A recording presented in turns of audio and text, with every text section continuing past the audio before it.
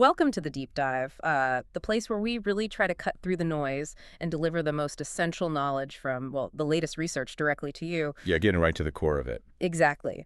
And today we are undertaking let's say, a critical deep dive into a single, pretty comprehensive piece of ecological research. It's one paper this time. Right. We're tackling the question of how the scientific understanding of invasive species impacts has actually, well, how it's evolved over the past couple of decades. That paper, it's from the journal Ecology, published back in 2020. Yeah. The title is Cumulative Meta-Analysis Identifies Declining but Negative Impacts of Invasive Species on Richness After 22. The lead authors are Robert Crystal Ornelas and Julie L. Lockwood. Got it.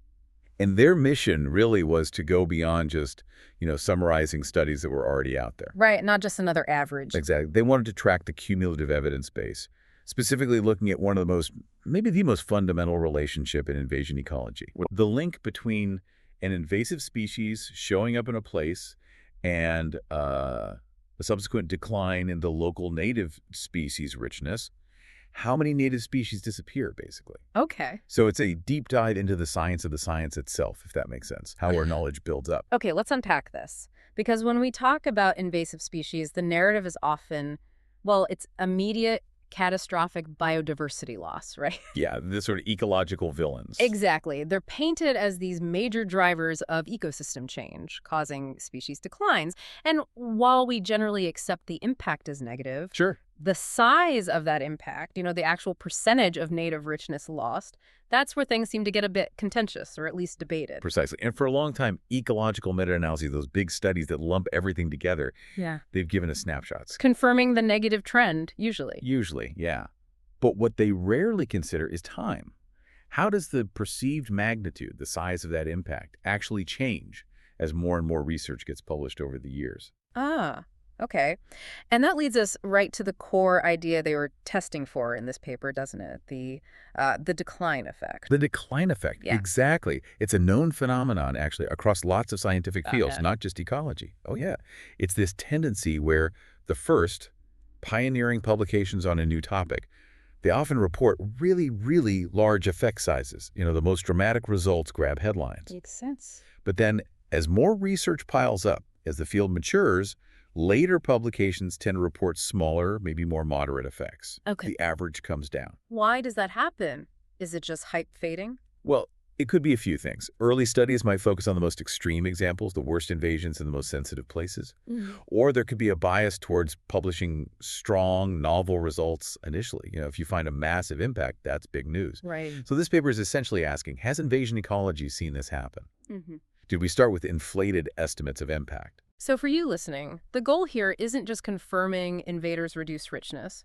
The direction seems pretty settled, usually negative. Yeah, generally. The real mission is understanding how our scientific certainty and the consensus around the size of that reduction has actually shifted over a really key 20-year period, 1999 to 2016. Tracking that evolving consensus. Which sounds incredibly tricky. So how did Crystal Ornelas and Lockwood actually analyze this dynamic, shifting base of evidence? You said a standard meta-analysis wouldn't quite cut it. No, exactly. A standard one just gives you that final single average number, kind of like a snapshot at the end. Right. To see how the field evolved, they used a method called cumulative meta-analysis, or CMA. Cumulative meta-analysis, okay. Yeah, and it's a really neat tool. What it does is it sequentially estimates the average mean effect size with each additional year of published evidence. Ah, so it adds studies chronologically. Precisely. You literally get a graph showing the scientific consensus forming year by year, study by study. You can watch how that average impact number bounces around and then hopefully settles down as new papers come out. That makes perfect sense. It lets you see the journey, not just the destination. So what was the scope here? How much data went into this journey? It was pretty substantial. They synthesized evidence from 240 different articles, Wow. which contributed 334 individual measurements of richness change. And they started in 1999 because that year seems to be when things really took off. Like a big paper came out or? Yeah, there was an influential paper then, and it marked the beginning of a real boom in publications specifically looking at invasion impacts. So a good starting point. Okay, so they're tracking this moving average effect size, but hmm you mentioned they also looked for specific milestones in the data, something about sufficiency and stability. Yes, exactly. Those are crucial concepts for understanding when a scientific consensus really solidifies. Can you walk us through them? What's sufficiency mean here? Sure. Sufficiency is basically the point, statistically speaking, where you've accumulated enough evidence that the overall direction of the effect, whether it's positive, negative, or zero, is highly unlikely to flip-flop based on any future unpublished studies. So you're confident it's definitely negative, for instance. Right. The direction is pretty much logged in. The debate shifts away from if there's an effect. Okay, and stability. The stability comes later, usually. That's when the magnitude of that average effect size stops changing substantially. Ah, so the number itself settles down. Exactly. When you reach stability, adding new studies only causes tiny tweaks to the average. It means the scientific community has basically reached the consensus on how big the effect is, not just its direction. That's a great distinction. Sufficiency for the direction, stability for the size. Okay. And presumably to understand why an effect might decline over time, they had to look at potential causes, right? What factors did they test? Yeah, they did. They looked into two main categories of potential drivers, or moderators. First, things related to publication bias. Like prestigious journals publishing bigger effects first, or maybe small sample sizes in early studies. Exactly that kind of thing. Journal rank, sample size were the early big results, maybe from weaker studies. And second, they looked at ecological factors. Like the type of invader. Right. Does it matter if it's a carnivore versus a plant, or how long the invader's been there, or whether the study was on an island versus a continent? Things like that. Okay, here's where it gets really interesting. So they run this sophisticated CMA tracking everything from 1999 to 2016. What was the big headline finding? Did they actually see that decline effect happening in invasion ecology? They absolutely did, unequivocally. They found a clear and significant decline effect in the cumulative mean impact of invasive species on local native species richness over that period. Okay, so it happened. How dramatic was the decline? What were the numbers? Well, this is the really striking part. You look at the cumulative evidence available right at the start in 1999. Yeah. The early data suggested an absolutely massive mean richness decrease of 54%. 54%. Wow. Yeah. I mean, think about the alarm bells that must have set off. That suggests, on average, more than half the native species were being wiped out locally by an invader. That's huge. A really alarming initial picture. So what did that number eventually settle down to by 2016 after all the data came in? By the end of the analysis period, after synthesizing all that evidence, the mean decrease settled at 21%. 21%. So still significant, still a negative impact, definitely something to be concerned about. But, well, it's less than half the initial estimate. That's a massive correction. It really suggests those first estimates were, overly large. That seems to be the conclusion, yes. Yeah. The effect declined by more than half over those 2 decades of accumulating research. So the magnitude clearly shifted. But what about those other indicators, sufficiency and stability? When did the field actually get confident about the direction? You'd think that would take time, too. Surprisingly fast, actually. Okay. The accumulated evidence reached sufficiency, meaning the negative direction was statistically robust and unlikely to be reversed by 1999. The very first year. The very first year in their database. So right from the get-go, the collective evidence pointed strongly towards invasive species being, on average, harmful to local richness. There wasn't much doubt about the direction. Wow. But the size of the impact took longer to pin down. When did they hit stability? Much longer. Stability in the magnitude wasn't reached until 2007. 2007, so that's 8 years. 8 years where the consensus was still forming, essentially dragging that initial huge 54% estimate down towards the eventual 21% mark. The number was bouncing around quite a bit in those early years. That's fascinating. And what about the reasons for the decline? Did it turn out to be those obvious ecological factors, like maybe researchers started studying less impactful invaders or different habitats? You might think so, but surprisingly, no. The decline effect they observed didn't seem to strongly correlate with the ecological factors they tested. Really? Not trophic position or time since invasion or island versus continent? None of those seemed to be the main driver explaining the drop in the overall average effect size over time. And it also wasn't clearly driven by conventional publication bias measures like journal rank. So what was driving it then? Well, one thing did stand out quite clearly. Those earliest studies, the ones from around 99 reporting the really huge effects, they generally had smaller sample sizes, Oh, okay. often fewer than, say, 30 replicates or sites. As the field matured, researchers started using larger, more robust sample sizes in their studies. And that diluted the impact of those early, high impact, but maybe less robust findings. So that seems to be a major factor, yeah. It points towards a kind of methodological stabilization in the field, which is actually a good sign of maturity. More rigorous studies tend to find more moderate effects, perhaps. Okay, so this 21% average impact is a really valuable benchmark now, sounds like. But you mentioned it's just an average. And not all invaders are the same. Definitely not. We need to look under the hood, right?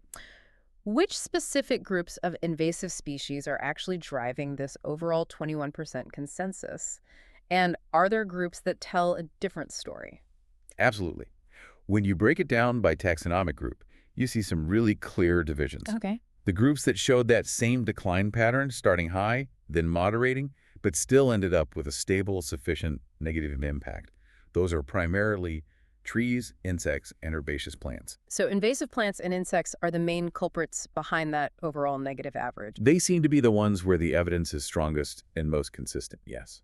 For these groups, we can feel pretty confident about the negative impact, even if the estimated size decreased over time. Can you give an example, like for trees? Sure, take invasive trees. The initial cumulative data suggested they caused about a 32% decrease in local richness. Okay. But mirroring the overall trend, that moderated down. By 2016, the stable, sufficient estimate for invasive trees settled at a 19% decrease. Still negative, still significant, but a smaller number.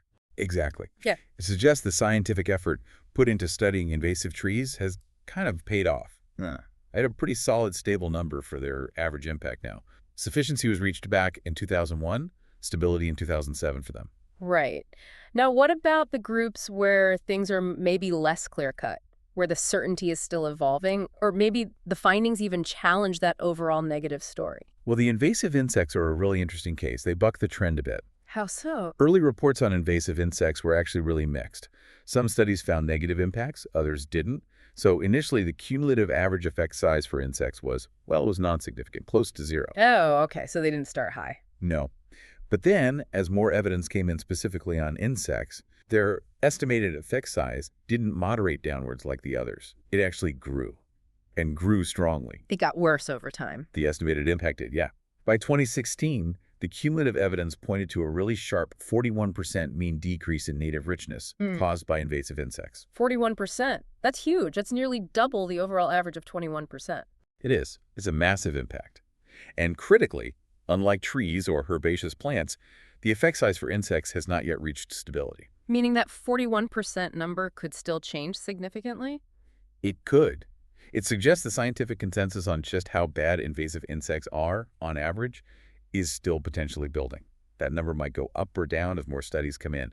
Insects seem to be a group where the impact is particularly severe and maybe still underestimated. That's definitely a group to watch then. What about groups that challenge the negative narrative altogether? Yeah, then you have the taxa, where the story is quite different, specifically algae, aquatic plants, and fish. Okay, what did they find for them?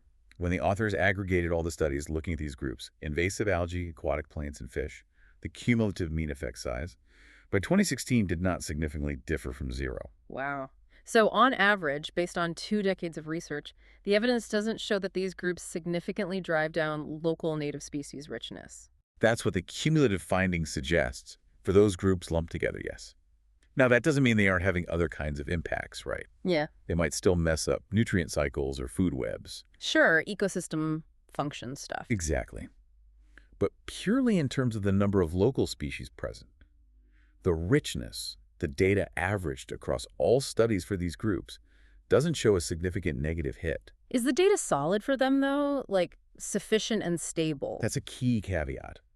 For some of these, particularly things like aquatic plants, the authors noted they lack sufficiency and stability. There just haven't been enough published studies yet to be really confident in that zero effect. The jury might still be out. And what about other groups? Were there invaders they couldn't analyze? Oh, definitely. There were quite a few taxonomic groups where there just wasn't enough published data. They set a threshold of needing at least 8 measurements for a full CMA. So groups like amphibians and reptiles, birds, marine invertebrates, mollusks, other terrestrial invertebrates, These all had too few studies to draw firm conclusions about their cumulative impact trends. Big data gaps there. Right. So, okay. Stepping back, what does this all mean? Taking this whole CMA journey into account, what does it tell us about invasion ecology research and where it should go? Well, the big picture implication is pretty clear, I think. The CMA confirms that overall negative impact is settling around 21%, which lines up pretty well with other big syntheses. So the general consensus is solid. Okay. But the real novelty here is showing the process. Pinpointing when the evidence became robust sufficiency in '99, stability in '07, and crucially highlighting which taxa, like trees and herbaceous plants, are driving that stable average versus others, like insects, that seem to have much higher impacts that are still potentially increasing or haven't stabilized. It gives us a much more nuanced understanding than just a single average number. Exactly. It shows where the science is settled and where it's still very much active and uncertain. Of course, we have to acknowledge the limitations, right? Looking back at historical data always has constraints. Absolutely. The authors are upfront about that. For instance, like we touched on, this CMA is an indirect way to look for publication bias. Right. The ideal scenario, the gold standard, would be comparing published results to, say, pre-registered studies, including those that found null results and maybe didn't get published easily. Ecologists are only just starting to embrace pre-registration widely now. So future CMAs might be even more robust. What about the data itself? Yeah, a big limitation is just the nature of the underlying data. It's highly variable, mixing experimental studies with observational ones across all sorts of different ecosystems. And critically, most of the data points were taken at relatively local spatial scales and over pretty short timescales, often less than a year of observation after the invasion. So we might be missing the bigger picture or the longer-term effects. Potentially, yes. High variation, local scales, short durations. It means we could be missing drivers that operate over larger areas or, importantly, over longer periods. Which leads directly into future research directions, I suppose. If our current data is mostly short-term snapshots. Then we desperately need more long-term data. The authors specifically mentioned the need to account for concepts like invasion debt and extinction debt. Okay, can you unpack those terms a bit? Invasion debt and extinction debt? Sure. The idea is that the full impact of an invasion might not be immediate. An invader arrives, maybe causes some initial change. Like that 21% drop. Right. But the subsequent knock-on effects, maybe native species slowly dwindle and go extinct years later, or the food web takes decades to fully reconfigure, that's the debt. The full consequences might take years or even decades to manifest. So our current 20-year window might actually be underestimating the ultimate long-term impact for some species. It's certainly possible that 21% could be just the beginning of the story for some systems. We need studies that follow invasions for much longer. Makes sense.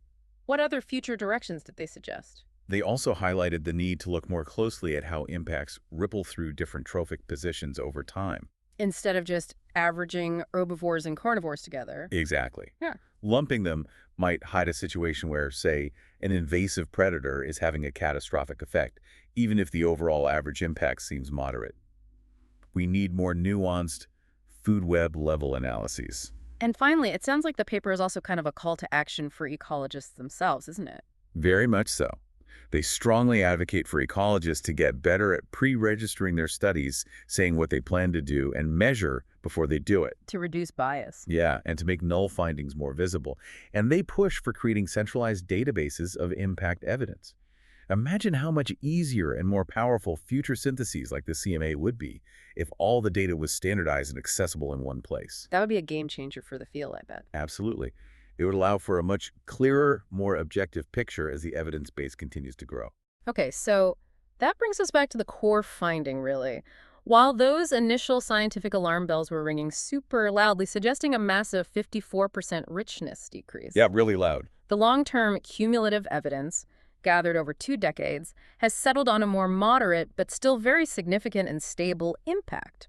About a 21% richness decrease on average, driven primarily by invasive plants, trees and herbaceous, and perhaps worryingly, by insects with potentially even larger impacts. That sums it up nicely. The science matured, the estimate refined, but the problem definitely didn't disappear. Which leaves us with a final, maybe provocative thought for you, our listener, to mull over. Given these findings, Yeah. particularly the fact that the scientific consensus on the impacts of invasive trees and herbaceous plants seems pretty stable, sufficient, and moderate now, Yeah. should conservation funding and frankly, scarce research efforts be strategically, well, maybe diverted.